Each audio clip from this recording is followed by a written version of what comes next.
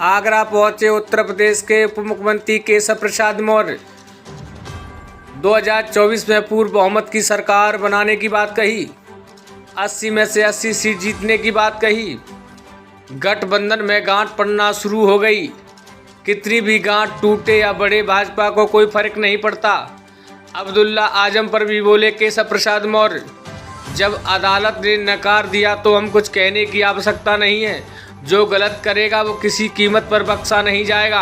आगरा से bureau report. का लक्ष्य लेकर के हम लोग काम कर रहे हैं।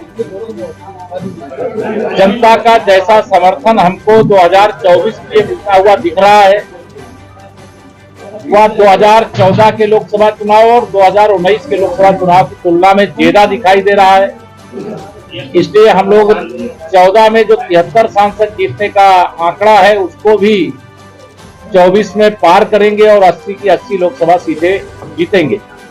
विपक्ष मुद्दा विहीन है, नेता विहीन है। उनके गठबंधन की गांठ में इतनी गांठ पड़ी हुई है कि वो खोले नहीं खुल रही। इसलिए विरोधियों के मन में एक डर है, क्योंकि वह परिवारवादी राजनीतिक दल हैं, भ्रष्टाचार के आरोपों से घिरे हुए हैं।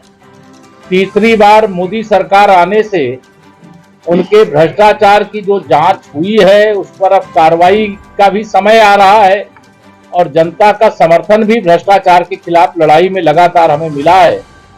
अभी 5 राज्यों के विधानसभा चुनाव में भी भारतीय जनता पार्टी जहां मध्य प्रदेश में अपनी शानदार वापसी करेगी, वहीं राजस्थान और छत्तीसगढ़ में हम लोग 2023 की विधानसभा चुनाव में फिर से सरकार बनाने जा रहे हैं। ये पूरा स्पष्ट दिखाई दे रहा है।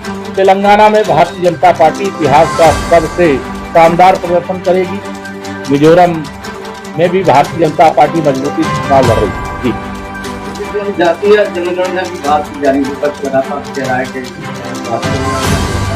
क्या मानना है? देखिए, जाति जनगणना के खिलाफ भारतीय जनता पार्टी नहीं है, लेकिन जो जाति जनगणना कराने की बात कर रहे हैं उनका शुद्ध रूप से चुनाव के समय एक सिगुफा है। ऐसा एक तरह से वह तथ्य लेकर के आने की कोशिश कर रहे हैं जिसमें धार ही नहीं। जब यह सत्ता में थे तब इन लोगों ने कुछ किया नहीं। जब सत्ता में नहीं है, 2024 का लोकसभा चुनाव सामने है, तब इन्हें पिछड़े वर्ग की याद आएगी, फिर अनुसूचित वर्ग की याद आएगी, उसके बाद अनुसूचित जनजाति वर्ग की याद आएगी, फिर गरीबों की याद आएगी, फिर महिलाओं की याद आएगी। लेकिन इनकी नीयत खराब है। ये किसी के सगे नहीं है। जब सत्ता में थे किसी का ध्यान नहीं रखता, जब सत्ता से बेदखल हो गए तब इस प्रकार के यह विषय उठा रहे जिसे जनता नकारती है। सर, आजम खान के बेटे हैं अब्दुल्ला, 2 जन्म की बात है।